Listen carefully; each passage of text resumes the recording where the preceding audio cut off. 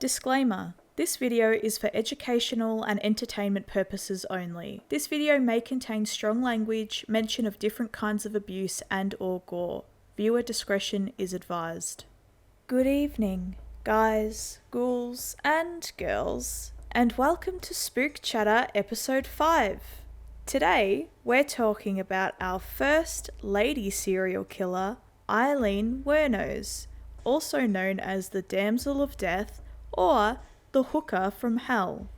Aileen was born on the 29th of February 1956 in Rochester, Michigan, United States. She died by execution of lethal injection at the age of 46 on the 9th of October 2002 in Florida State Prison. Aileen was convicted of 6 counts of first-degree murder, and her victims were 7 males. Aileen Wuornos was born Aileen Pittman to Diane Wuornos and Leo Pittman. The two had married in 1954 when Diane was the ripe age of 14 years old whilst Leo was 16. They had a baby boy, Keith, who was born on March 14, 1955, and after less than 2 years of marriage, just 2 months before Aileen was born, Diane filed for divorce. Aileen never met her father as he was in prison at the time of her birth. Leo suffered from schizophrenia and was later convicted of sexual abuse crimes performed with minors. Leo eventually committed suicide whilst incarcerated in 1969. Aileen's mother Diane had abandoned her children when Aileen was only 4 years old, leaving them with their maternal grandparents Laurie and Britta Wuornos.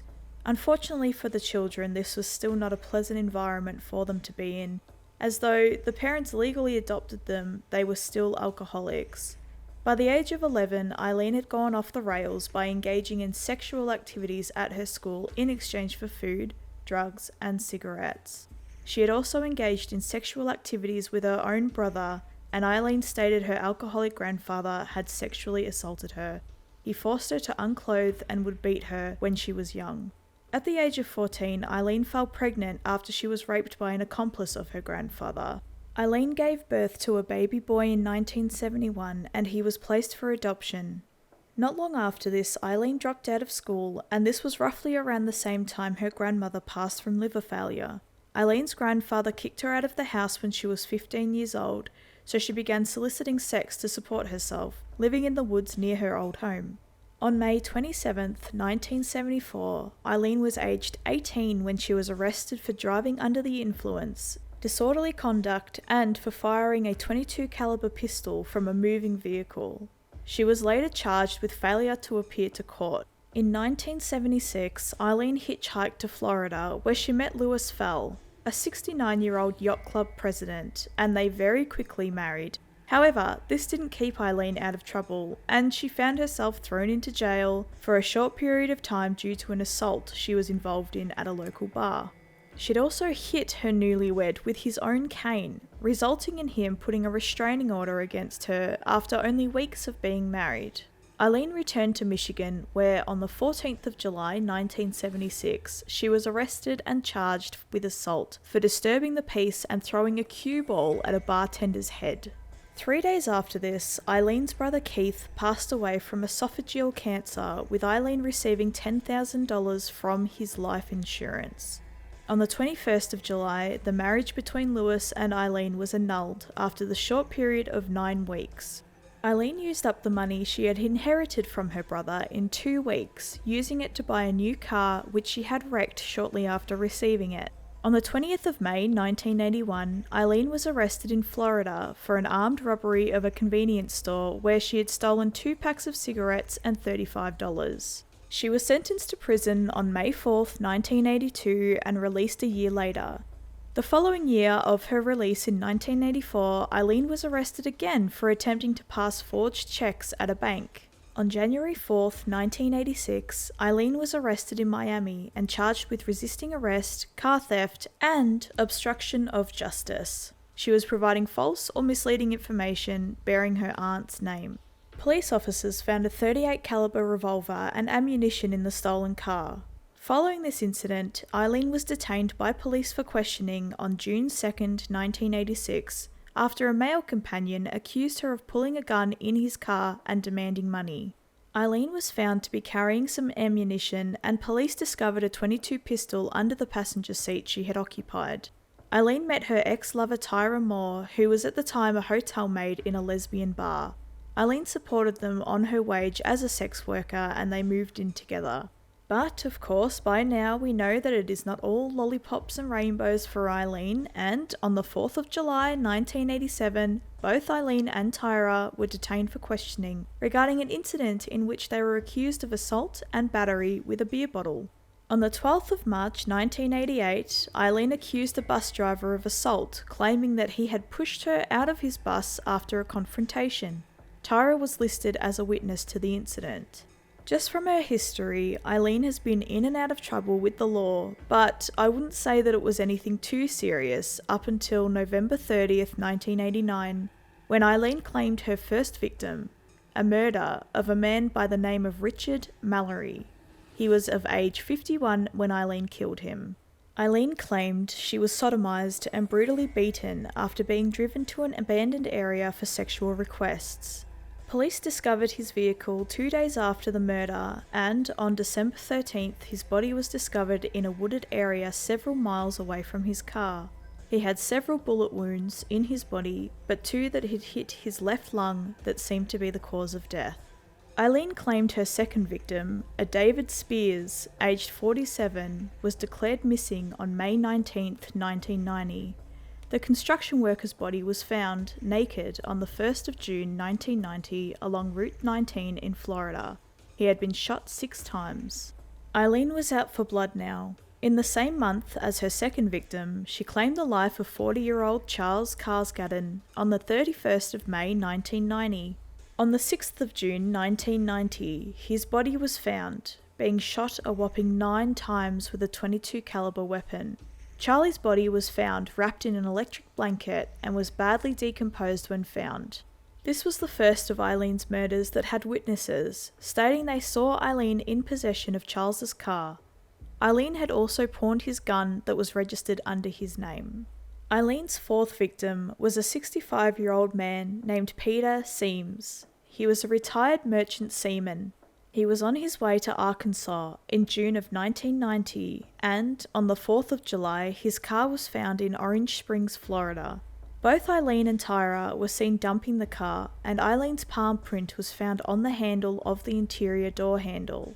Peter's body has not yet been discovered. Troy Burress, age 50, was reported missing on July 31st, 1990. His body was discovered on August 4th, 1990 in a wooded area along State Road 19 in Marion County. He had been shot twice. Retired U.S. Air Force Major, former state child abuse investigator, and former Chief of Police Charles Humphreys, aged 56, was murdered on September 11th of 1990. His remains were found the next day with 6 bullet wounds to the head and torso. The last victim, 62-year-old trucker, security guard, and police reservist Walter Antonio, was found dead on the 19th of November 1990. His body, stripped of almost all of his clothing, was found near a remote logging road in Dixie County. He had been shot 4 times.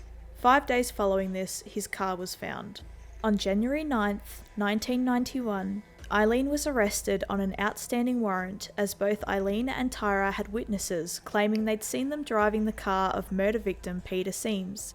Witnesses provided police with the ladies' names and accurate descriptions, resulting in a media campaign to locate them. The ladies had also pawned a lot of the victims' belongings, which police were able to fingerprint and match with the ones already existing on file for Aileen. Tyra was located the next day and had agreed to elicit a confession from Aileen in exchange for immunity from prosecution. Under the guidance of police, Tyra had made a number of phone calls to Aileen, pleading for help to clear her name. As Aileen was still madly in love with Tyra, she confessed to the murders on 16th of January 1991, claiming the men had tried to rape her and she killed them in self-defense. Aileen went to trial on January 14th, 1992 for the murder of Richard Mallory, and though normally previous convictions are inadmissible in criminal trials under Florida's Williams Rule, the prosecution was allowed to introduce evidence relating to her other crimes to show a pattern of illegal activity. At her sentence, psychiatrists for Eileen's defense testified that Aileen was mentally unstable and she had been diagnosed with borderline personality disorder and antisocial personality disorder. 4 days after this, Aileen was sentenced to death. She was convicted for Richard Mallory's murder with the help of Tyra's testimony. Records had been obtained after the trial from a maximum security correctional facility that Richard had been committed to between 1958 and 1962 for treatment and observation from a criminal charge of assault with intent to rape. He was even said to possess strong sociopathic trends. Even though this was extremely strong evidence in favour of Eileen's claims, the judge refused to allow this to be admitted in court as evidence, and Aileen was denied the request for a retrial. On the 31st of March 1992, Aileen said she wanted to get right with God. Aileen pleaded no contest to the murders of David Spears, Troy Barres, and Charles Humphreys. Aileen made a statement saying that she, quote, wanted to confess to you that Richard Mallory did violently rape me, as I've told you, but these others did not. They only began to start to. Aileen was slapped with 3 more death sentences on the 15th of May 1992. Even though Eileen's defence attempted to introduce evidence to prove that Charles Carskadden had been tried for intent to commit rape in Maryland and that he had previously been committed to a maximum security correctional facility, she still received her 5th death sentence in November 1992 due to her pleading guilty to the murder of Charles Carskadden 5 months prior.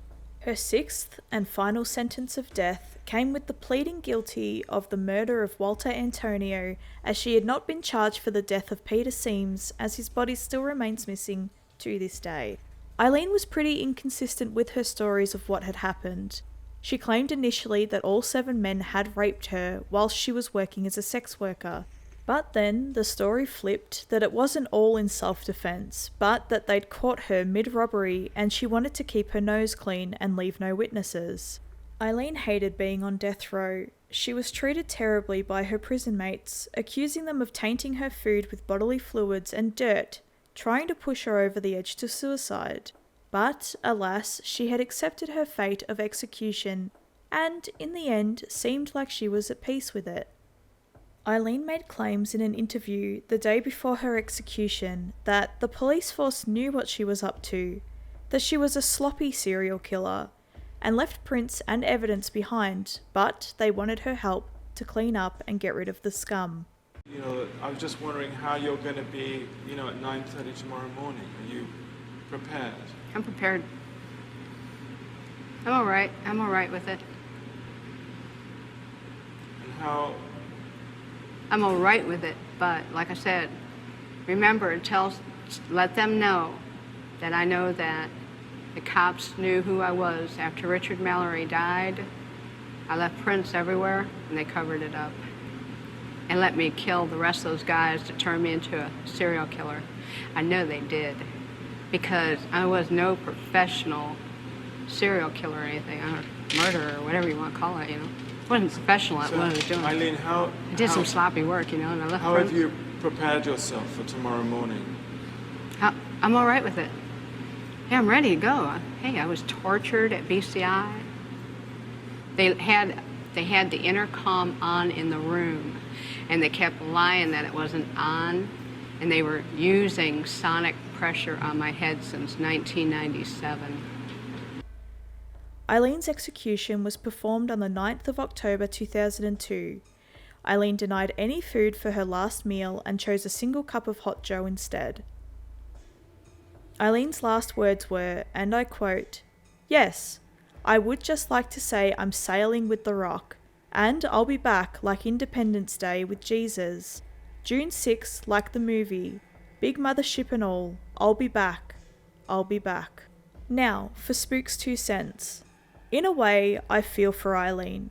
That does not mean in any way, shape or form that I condone her crimes. But, growing up, you cannot deny that she had a horrendous time. And I can see why she would be pissed off, especially at men. All of the men in her life have let her down and traumatized her, and this would do all sort of psychological damage to anyone. Even the one person she trusted and loved the most in the end stabbed her in the back. Tyra was just looking after herself and Aileen still took the fall for her.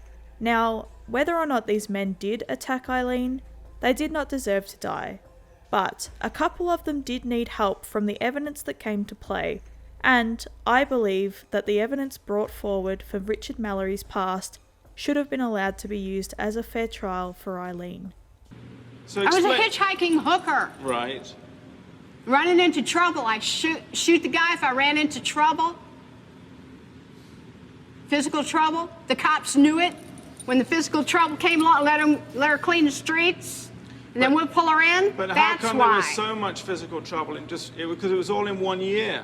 7 people in 1 Oh year. well. Oh well. But why not say now? Because I'm out of retaliation for taking my life like this and getting rich off it all these years in total pathological lying. Yeah, thanks a lot. I lost my fucking life because of it. Couldn't even get a fair trial. Couldn't even get a fair investigation or nothing. Couldn't even have my appeals right. You sabotaged my ass, society, and the cops, and the system. A raped woman got executed. It was used for books and movies and shit. Ladder climbs, the election, everything else.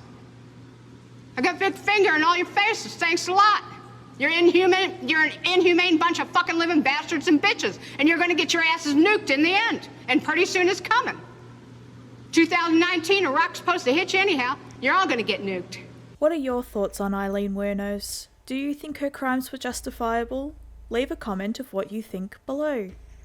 Thank you guys, ghouls and girls for watching.